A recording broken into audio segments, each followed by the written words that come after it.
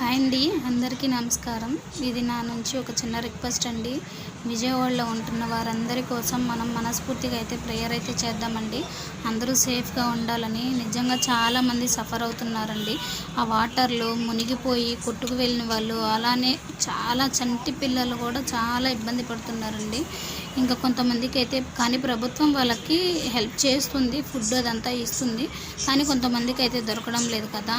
ఇంకా వారి కోసం కూడా ఫుడ్ కోసం ఇబ్బంది పడుతున్నారు, అలానే వాటర్ కోసం కూడా చాలా ఇబ్బంది పడుతున్నారండి.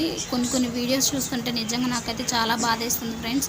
చంటి పిల్లల్ని అలా బాక్సుల్లో అలా వాటర్లో తీసుకెళ్తుంటే అరే అది నిజంగా ఫ్రెండ్స్, మనం చూస్తున్న వాళ్ళకి మనకి ఎంత బాధేస్తే అది వాళ్ళు అనుభవిస్తున్న వాళ్ళు ఇంకెంత సఫర్ అవుతున్నారో ఒకసారి మనం అర్థం చేసుకోవాలి.